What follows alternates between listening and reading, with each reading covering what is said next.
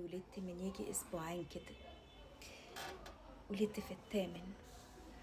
طبعا الواد في الحضانة، انا ما شفتوش لسه، يعني بشوفه كده اللي هو بروح اشقر عليه وامشي. ممنوع يعني ناخده لسه.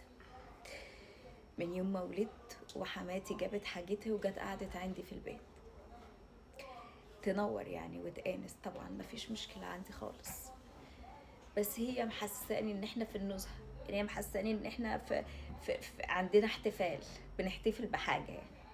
يعني الفطار وليمة، الغدا وليمة، العشاء وليمة.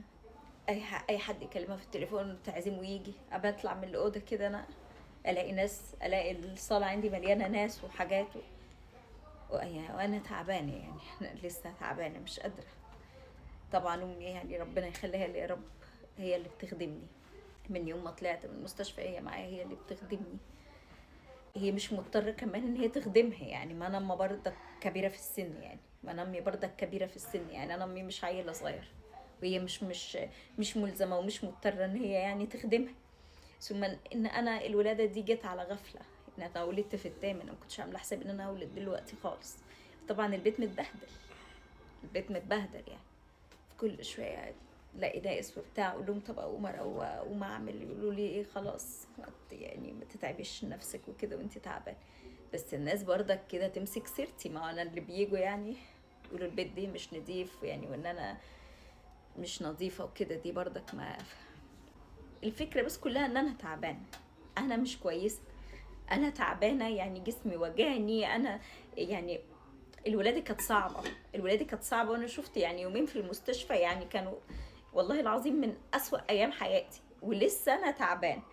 وكمان يعني انا مهمومه لان انا ما شفتش ابني، انا ما شفتوش لحد دلوقتي، يعني ما خدتوش في حضني كده وقعد معايا. يعني الناس يعني الستات كلها بتتعب على فرح، انا تعبت على ولا حاجه.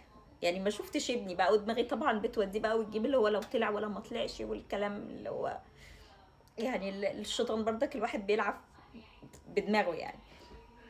ما انا قاعده امبارح ممدده كده على السرير، فدخل لي جوزي وقال لي ايه، هو انا كل ما ادخل الاقيكي ممدده كده وانت تفضلي مستموته كده على طول؟ يعني يعني بدل ما تقومي تشوف امي اللي زي الجديه تقعدي معاها شويه تتكلمي معاها، تجيبي لها التمثيليه اللي بتحبها بدل ما هي زهقانه كده. قلت له انا تعبانه، انا تعبانه، انتوا مش حاسين يعني ما فيش دم، ما فيش دم خالص.